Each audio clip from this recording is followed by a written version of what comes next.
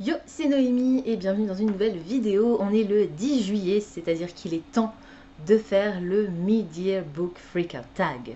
Alors je ne me souviens plus de qui a créé ce tag, mais si vous cherchez le Mid-Year Freakout Book Tag ou Mid-Year Book Freakout Tag, je sais jamais dans quel sens, sur YouTube, vous trouverez forcément la référence et vous allez surtout rencontrer, voir beaucoup de booktubeurs qui participent à ce tag, à ce petit quiz qui nous permet de faire un petit peu un récap des lectures du début de l'année. Et j'y crois pas que les voisins vont commencer à faire des travaux maintenant. Je devrais faire passer le mot dans le quartier avec mon planning de tournage pour que les voisins, je sais pas, fassent la sieste, partent en course quand je filme.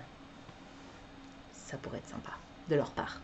Bref, il y a 13 questions auxquelles je vais répondre avec vous. J'ai déjà parcouru ces 13 questions, donc je connais plus ou moins mes réponses. Il y en a certaines pour lesquelles ça va aller très vite parce que j'ai d'office une réponse toute prête. Il y en a certaines, il faut que je m'en souvienne. Il faut que je me souvienne de ce que j'avais décidé et il faut que je me remémore, voir si c'est toujours juste. On est parti et si vous avez envie de répondre à ces questions, n'hésitez pas à le faire dans les commentaires. La première question, c'est facile, c'est quelle a été ta meilleure lecture depuis le début de l'année? Je vous rappelle que toutes les questions que je vais me poser à moi-même aujourd'hui concernent exclusivement les 6 premiers mois de l'année, donc du 1er janvier au 30 juin. Tout ce que j'ai lu depuis le 30 juin ou avant le 1er janvier, ça ne peut pas compter. Donc, ma meilleure lecture depuis le début de l'année, je sais exactement laquelle c'est et je pense qu'il y a un seul auteur qui sera capable de détrôner cette lecture, mais cet auteur ne sort son prochain livre qu'au mois de novembre. Donc ça risque d'être tardif si jamais ma meilleure lecture du premier semestre doit basculer et ne plus être ma meilleure lecture de l'année.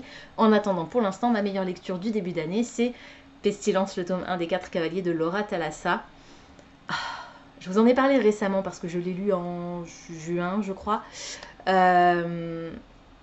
C'était phénoménal. L'expérience de lecture, c'est surtout ça en fait qui fait que cette lecture est ma meilleure lecture de l'année jusqu'à présent.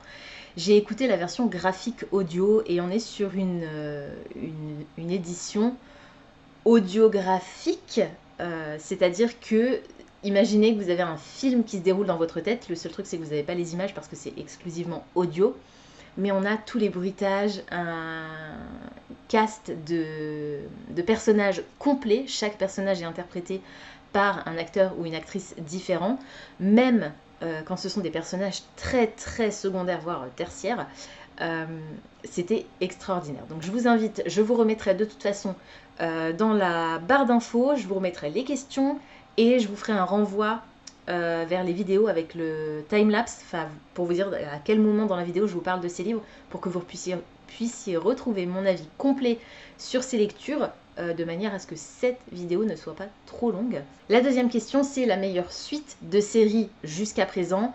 Je pense que c'est Mémoire de la forêt, L'esprit de l'hiver de Michael Brun-Arnaud et illustré par Sanoé. C'est une série que j'adore, qui m'a à nouveau tiré une petite larme. C'est juste incroyable. Et figurez-vous que je n'ai pas lu tant de suites de séries que ça depuis le début de l'année. Donc il faudrait peut-être que je m'y mette parce qu'un de mes objectifs, c'est aussi de terminer un certain nombre de séries. Donc je sais qu'à la fin de l'année, il y en aura au moins une autre qui sera terminée, mais ce serait bien que je m'intéresse un petit peu plus à cette partie de ma pile à lire. La troisième question, c'est une nouveauté, donc un livre qui est sorti dans les 6 premiers mois, que je n'ai pas encore lu, mais que j'ai très envie de lire. Et là, j'avais plusieurs possibilités, mais je pense que je vais opter pour, surtout que j'ai lu récemment le premier roman de l'autrice, The Night and the Moth de Rachel Gillig, qui est l'autrice de One Dark Window, le tome 1 de la série de la duologie de Shepherd King.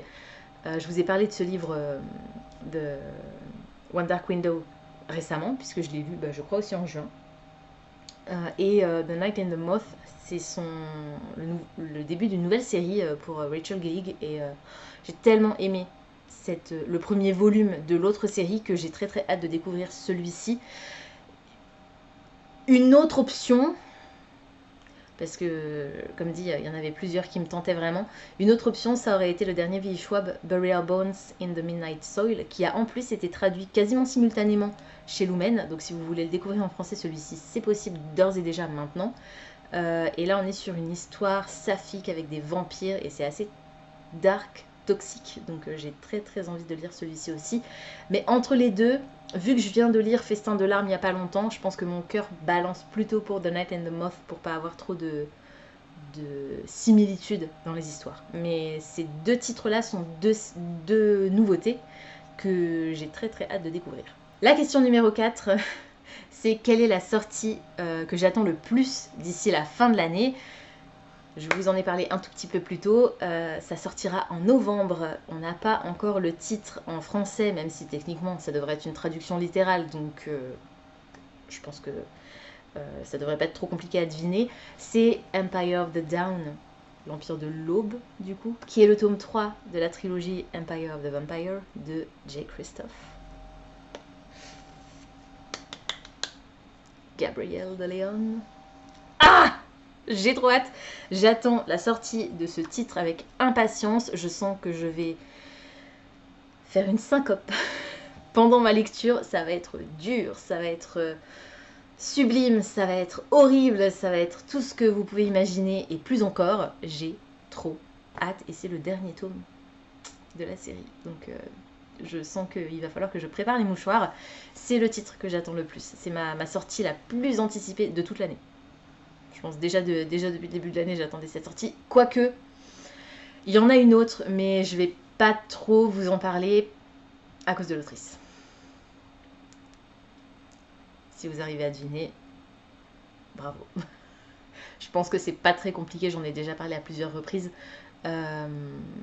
C'est le nouveau volume, comme dit, je vais pas trop m'attarder, c'est le nouveau tome dans une série de romans policiers écrite par l'autrice que tout le monde déteste et a raison, moi la première, malgré son chef-d'œuvre précédent, et qu'elle a écrite sous un pseudonyme. Voilà, donc je pense qu'avec ça vous devriez pouvoir savoir de quelle série je parle et de quel nouveau volume. Je crois qu'on est au volume 7 qui sort là, 7 ou 8, je ne sais plus maintenant. Ça va être cool, j'ai très hâte. La question numéro 5, c'est ma plus grosse déception depuis le début de l'année. Alors j'ai fait quelques abandons, donc je vais mentionner un de mes abandons. Je pense que, en plus c'est un abandon assez récent, je pense que ça va être The Dragon's Promise de Elizabeth Lim, qui est le tome 2 de Six Crimson Cranes, que j'ai abandonné parce que je ne reconnaissais pas l'héroïne, j'arrivais pas à m'intéresser au récit. Le tome 1 m'avait énormément plu et en fait on change complètement pas d'ambiance mais d'histoire. En fait l'histoire est quasiment clôturée, résolue dans le tome 1, du coup on change complètement dans le tome 2 d'enjeu et j'ai pas aimé cette nouvelle direction prise par l'autrice, donc je l'ai abandonnée et je suis vraiment déçue parce que j'avais adoré sa précédente duologie Spin the Down et Unravel the Dusk, qui était une réécriture de Mulan. Là, on est sur une réécriture des 7 frères rois, en tout cas dans le tome 1. Et j'avais vraiment beaucoup aimé ce tome 1, donc je suis très déçue par le tome 2. La question 6, c'est ma plus grosse surprise. Et là encore, je vous en ai parlé très récemment dans ma vidéo wrap-up du mois de juin. Je pense que c'est Cambric Creek, le tome 1, Morning Glory, Milking Farm.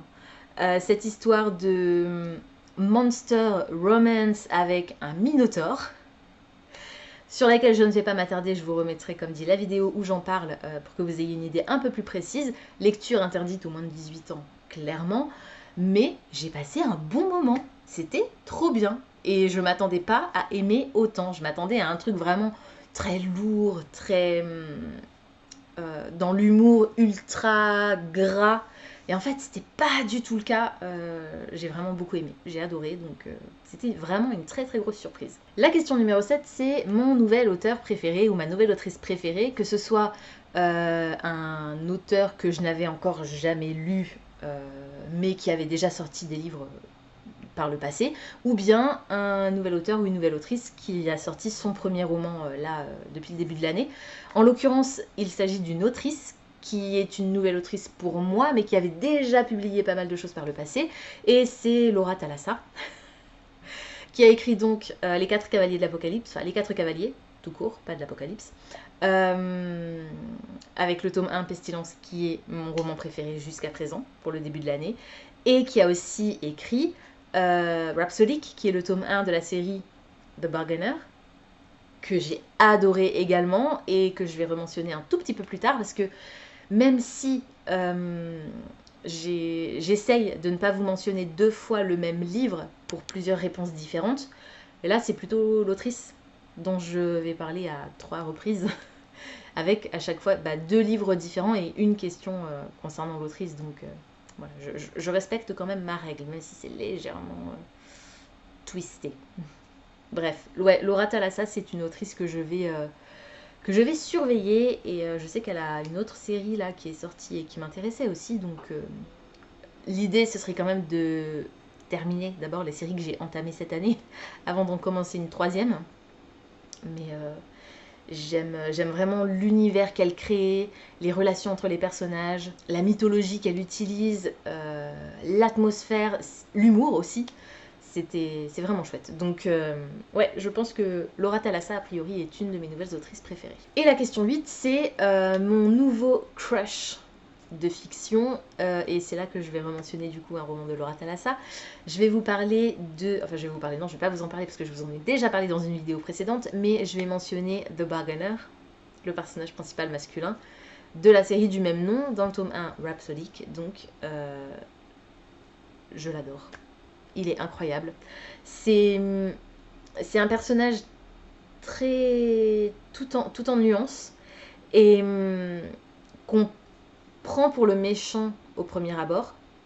Enfin, on le prend pour le méchant à cause du résumé et à cause du tout début de l'histoire, d'après ce que nous dit l'héroïne. Et en fait, à aucun moment dans l'histoire, il n'agit comme un méchant. C'est le point de vue de l'héroïne, en fait, qui nous induit un petit peu en erreur. Voilà. Et j'ai adoré ce personnage. Vraiment, je l'aime d'amour, puisqu'il s'agit d'un crush. Donc... ouais, j'ai hâte de me replonger dans cette série pour passer un petit peu plus de temps avec lui. Et c'est là que ça commence à se gâter en termes de... Je me souviens plus ce que j'avais choisi pour les questions. Donc pour les dernières questions, alors, la question 9, c'est mon nouveau personnage préféré, donc toujours depuis le début de l'année. Je vous rappelle, au cas où vous auriez perdu la mémoire comme moi, que je suis très mauvaise en termes de nom des personnages. J'ai énormément de mal à me souvenir des noms des personnages. Donc je ne me souviens évidemment plus du prénom de mon personnage préféré depuis le début de l'année, mais je pense qu'il s'agit de l'héroïne de La Fileuse d'Argent, de Naomi Novik. J'ai adoré ce personnage. C'est une jeune femme qui sait ce qu'elle veut, qui n'hésite pas à surpasser les attentes de sa famille concernant son éducation, son avenir et ses chances dans la vie, à une époque et dans un pays et dans un contexte qui n'avait absolument rien pour les femmes. Et j'ai vraiment adoré sa force de caractère, l'aspect sororité entre elle et le deuxième personnage principal féminin qu'on rencontre, le clash que ça va occasionner dans un premier temps et l'entraide qui va naître entre ces 2 héroïnes. J'ai vraiment énormément aimé ce personnage et j'ai adoré la manière dont l'histoire se termine pour elle. Donc ouais, je pense que je vais mentionner ce personnage en particulier. La question 10, c'est un livre qui vous a fait pleurer. Et alors, étonnamment, je vais vous rementionner An Arrow to the Moon de Emily X. Pan parce que je m'attendais pas du tout à autant d'émotions à la fin de ce livre. Et il y en a eu vraiment beaucoup. Donc, pareil, pour avoir mon avis complet, je vous remettrai tout dans la barre d'infos. C'était inattendu, dans le bon sens du terme. Et ouais, j'ai vraiment été émue par la fin de l'histoire de ces personnages. La question 11, c'est un livre qui vous a rendu heureux, heureuse. Je pense que je vais vous citer assez facilement Done and Dusted de Layla Sage, qui est le tome 1 de la série Rebel Blue Ranch que j'ai écouté en audio. Et j'ai passé un super moment, c'était ultra détente, c'était drôle, c'était mignon, c'était très cliché, mais c'était trop bien. J'ai vraiment passé un très chouette moment de détente. Et à mon avis, je vais pas tarder à enchaîner les autres. Parce que vraiment, c'est juste ultra cocooning et réconfortant et j'ai vraiment adoré. La question 12, c'est quel est le plus beau livre que vous ayez eu entre les mains cette année, que vous ayez acheté ou emprunté, lu en tout cas cette année. Festin de larmes de Vincent Tassier et Morgane Cossarieux. C'est un livre relié avec du jaspage, avec un marque-page rouge et avec des illustrations intérieures réalisées par l'autrice, par Morgane Cossarieux. C'était incroyable, il est sublime et je suis toujours aussi estomaquée de réaliser quand je me lève le matin que je suis partenaire des éditions ActuSF et que j'ai donc reçu ce livre gratuitement en échange de mon avis sur les plateformes, sur YouTube et sur Instagram puisque c'est là où je suis active. Donc, et en plus, l'histoire était incroyable. Donc vraiment, lisez ce livre et c'est effectivement le plus beau livre que j'ai intégré à ma bibliothèque cette année, pour l'instant. Et enfin, la dernière question, la question 13, c'est un livre que je dois lire avant la fin de l'année. Pas forcément que j'ai depuis le début de l'année, que je peux avoir depuis plus longtemps, mais que je dois absolument lire avant la fin de l'année.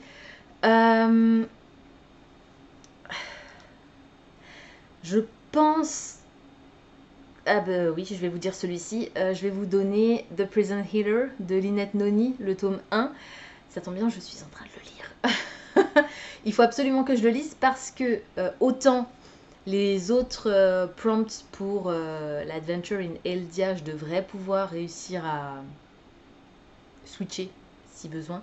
Autant celui-ci, c'est le seul de ma pile à lire qui rentre dans le critère. Le critère étant un livre avec le mot heal dans le titre. C'est le seul que j'ai. Donc je dois de toute façon le lire. C'est le critère pour le mois de juillet. Donc je suis en train de le lire actuellement. Et il était temps de toute façon que je le sorte parce que c'est un des plus vieux livres de ma pile à lire. Je pense qu'il aurait fait partie des 12 livres qui vont s'autodétruire l'année prochaine si jamais je ne l'avais pas lu cette année. Donc voilà, c'est un livre que je dois absolument lire avant la fin de l'année et ce sera fait puisque, comme dit, je suis en train de le lire. Voilà, c'est tout pour aujourd'hui. Comme dit, si vous avez envie de répondre vous-même à ces questions, n'hésitez pas à le faire dans les commentaires. Et si jamais vous avez envie de laisser une trace de votre passage, mais que vous ne savez pas trop quoi me dire, mettez-moi un point d'interrogation dans les commentaires puisqu'il s'agit d'un quiz ou bien un livre puisqu'on parle de livres en général. En attendant de vous retrouver la semaine prochaine avec le Mystery Vlog, je vous dis bonne lecture et à bientôt. Ciao.